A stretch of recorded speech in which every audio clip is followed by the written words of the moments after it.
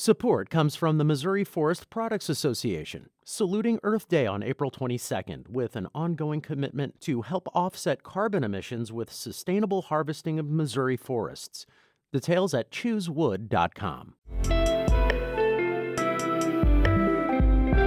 It's Monday, January 10th. This is The Gateway. I'm Wayne Pratt.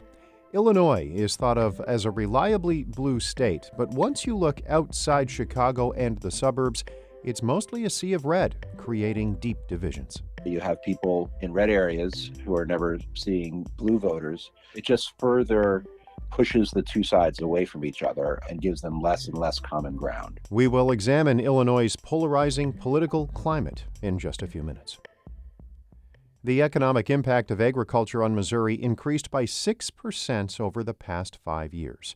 St. Louis Public Radio's Jonathan Ahl reports the sector is now responsible for more than $93 billion in annual output. The Missouri Department of Agriculture released its economic contribution study for 2021, and compared to the last report in 2016, the total value of the ag industry in the state rose to nearly $94 billion a year.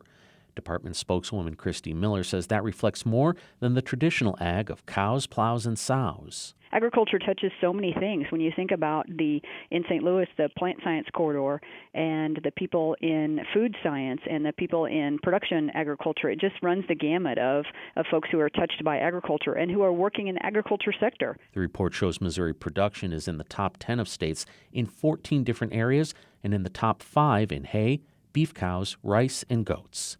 In Rolla, I'm Jonathan Ahl, St. Louis Public Radio. Recreational marijuana sales in Illinois hit nearly $1.4 billion last year. That's double the amount in 2020 when cannabis sales became legal in the state.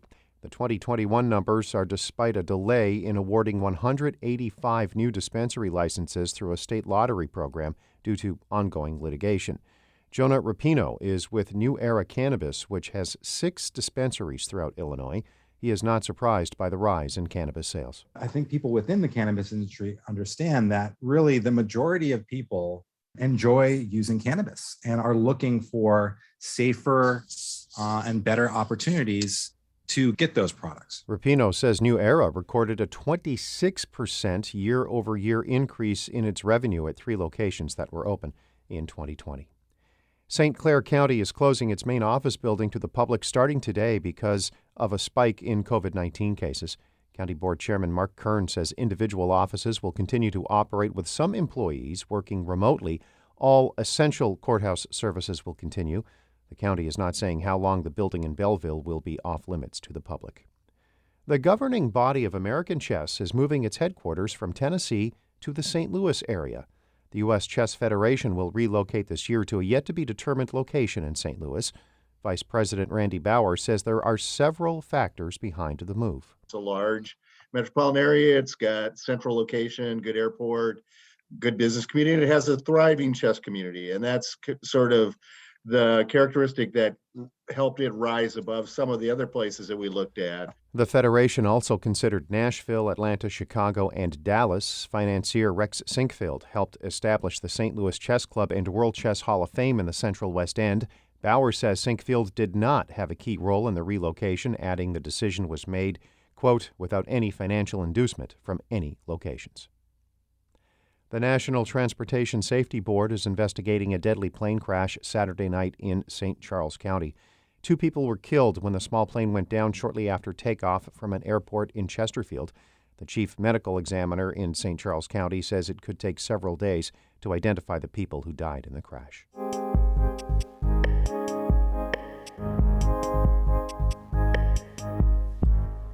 Illinois is a Democratic state, arguably one of the bluest in the country.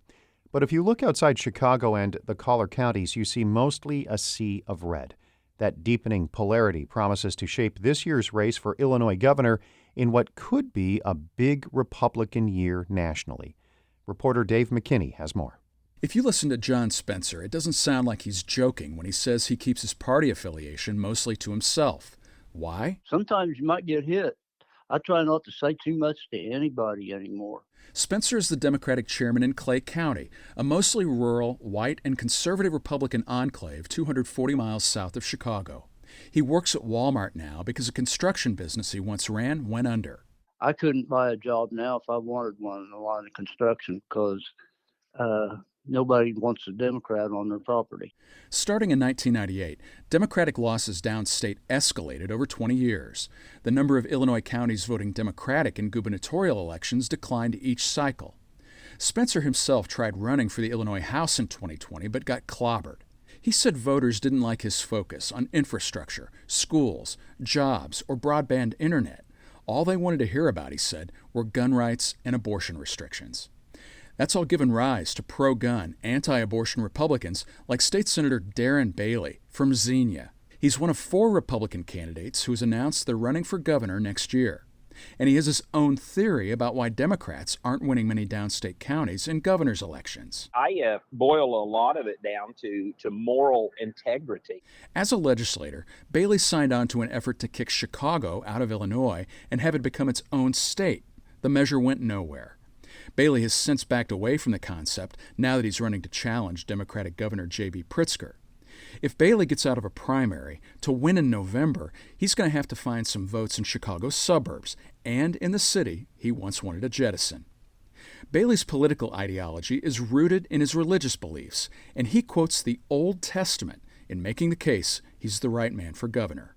Proverbs 28:2 says, when there is moral rot in the nation, its government topples easily, but wise and knowledgeable leaders bring stability. Journalist Lou Jacobson has studied the trend nationally of Republicans winning more counties than Democrats and wrote about it in the nationally respected political newsletter Sabato's Crystal Ball. He says in Illinois, Republicans like Bailey face long political odds so long as densely populated Chicago and the collar counties remain blue. There aren't enough votes downstate to offset that Democratic advantage. But as geographic divisions harden in Illinois, Jacobson says polarization worsens. It's not great for our political debate. And Jacobson says that's unhealthy in a democracy. You have people in red areas who are never seeing blue voters. It just further pushes the two sides away from each other and gives them less and less common ground. Now, there's been one exception to this trend. In 2018, Pritzker, the Democratic incumbent, won on a historic turnout in Cook County and a near sweep of the collar counties. But he also clawed back some of the lost political turf downstate, and Pritzker's campaign says he wants to hold on to that in 2022. Since declaring for re-election, Pritzker has visited the region almost 24 times, including a recent stop in far downstate Williamson County. A reporter there pressed him on his seeming lack of support in that part of the state. Well, let me start with, I think I'm more favored than you think I am. The last Democratic gubernatorial nominee really to do well downstate was former Congressman Glenn Pouchard of Marion. He narrowly lost the 1998 election. One of the 43 counties Pouchard carried was Clay County, home to Bailey and to Democrat John Spencer. Spencer wouldn't give Pouchard good odds at carrying the county these days. But now if Glenn was to run for dog catcher against a cat, the cat would get 90% of the vote. And that's the story of two Illinois, the one that's blue in the city and suburbs and that elected Pritzker 3 years ago, and the other that's deeply red and growing redder, searching for a shot at political relevance in 2022. This is Dave McKinney. Dave is a reporter with public radio station WBEZ in Chicago. Shula Newman is the executive editor of St. Louis Public Radio, a listener-supported service of the University of Missouri, St. Louis. Music by Ryan McNeely of Adult Fur. I'm Wayne Pratt. This has been The Gateway.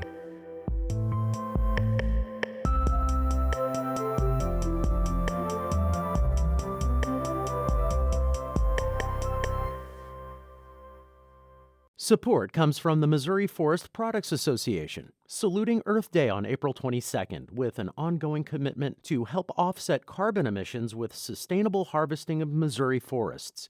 Details at choosewood.com.